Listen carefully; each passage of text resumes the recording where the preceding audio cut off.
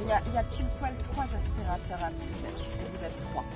Et il y a le jardin derrière, vous soulevez le paillage et vous allez en mettre par-dessus. En fait, le principe, c'est que vous visez la petite bête avec la paille jaune. Donc là, ce qu'on cherche, c'est tout ce qui vit dans la litière. Donc cette partie-là du sol. Vous visez avec la paille jaune. Avec la paille bleue, vous aspirez un grand coup. Comme il y a de la gaz au bout de la paille, vous ne risquez pas d'avoir la bestiole. Et ensuite, elle va se retrouver coincée dans la bouteille. Vous la transvasez dans une boîte loupe. Et avec le petit tableau qui est ici, vous pouvez l'identifier. Et vous pouvez trouver à qui vous la gardez. Ça vous dit ?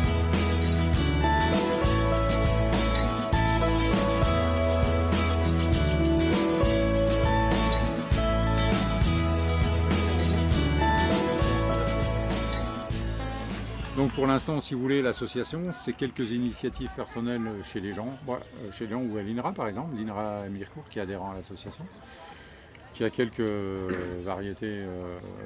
On a un autre adhérent en Moselle, pardon, qui fait de la conservation comme ça. C'est un double actif, il n'est pas paysan, mais il a un peu de bout de terrain, il cultive des blés anciens.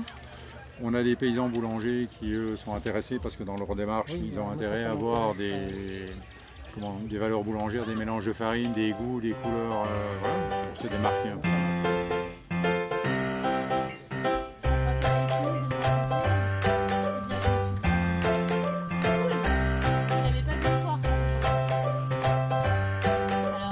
Notre activité, on est une association qui s'appelle La Juste Dose à Nancy. Et qui a pour but la promotion et l'expérimentation de la vente en vrac sans emballage. C'est-à-dire que vous venez avec vos propres contenants, on les recharge et de cette façon ça évite les déchets.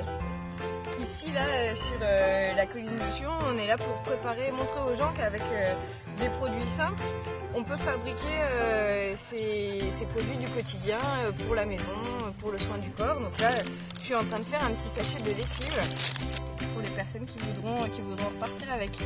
Donc voilà, avec des copeaux de savon de Marseille, des cristaux de soude, du bicarbonate, et les gens n'auront plus qu'à rajouter du vinaigre blanc et de l'eau chaude. Je leur mets une petite huile essentielle avec. Je leur mets 5 gouttes.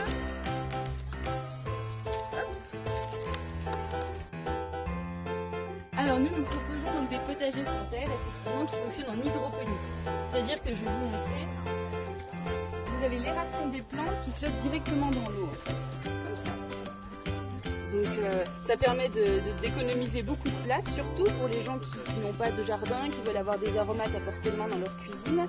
Et voilà, nous on propose des petits engrais bio à rajouter de temps en temps, donc c'est une solution écologique aussi parce que vous n'avez pas à changer l'eau. L'eau fonctionne grâce à des pompes. La terre apporte juste des nutriments et nous ces nutriments on les apporte aussi. On a un engrais biologique à base d'algues marines. Donc il suffit de rajouter de temps en temps, tous les 2 mois, en fonction des plantes que vous avez, si c'est des aromates, si c'est plutôt des tomates.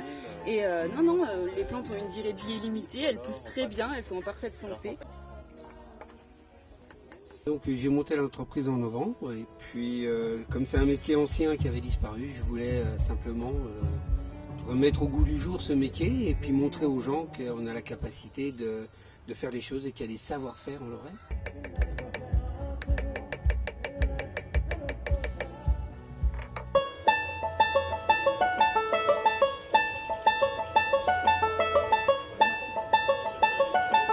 Regarde, tu vois? Elle est là. Ouais. En fait, c'est pas la reine, ça ressemble à une reine, mais c'est un bourdon. C'est un faux bourdon.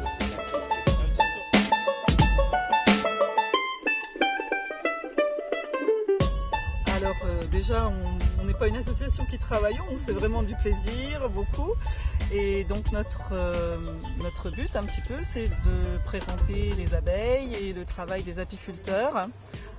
Mais pas seulement les abeilles, aussi les insectes pollinisateurs à travers la construction de gîtes que l'on fait réaliser au public et qu'ils peuvent ramener chez eux, ou bien à travers la présentation d'un rucher pédagogique. Les enfants peuvent s'initier aux gestes de l'apiculture et à travers aussi un jeu de rôle qui a eu pas mal de succès tout à l'heure, où l'on fait tirer des cartes aux personnes qui sont là et qui obtiennent un rôle dans la ruche.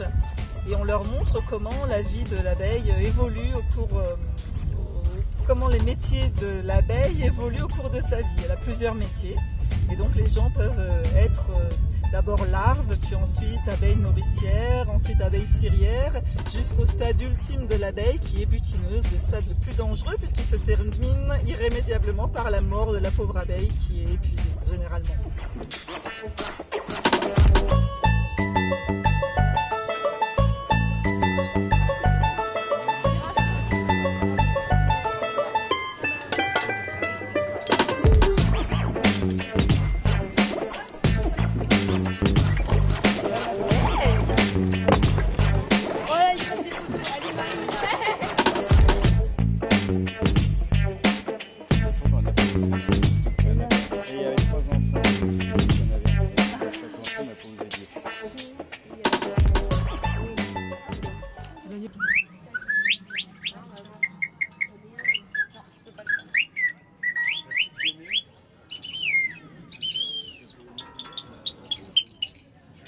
Ne touche pas Lina.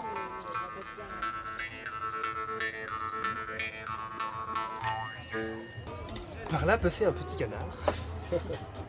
Il rencontre une écorce et ils vont chanter. Une poule arrive soudain.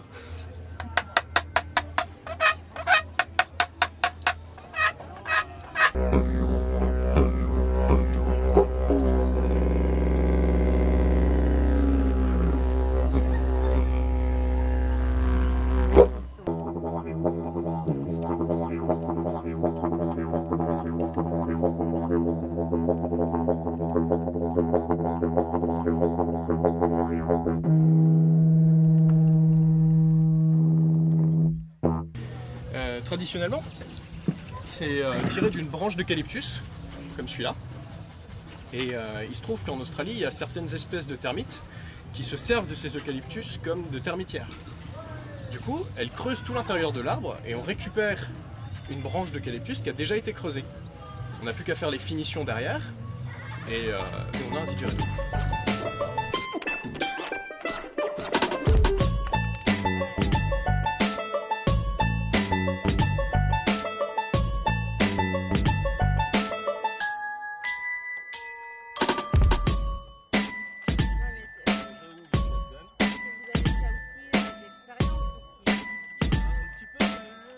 Forcément.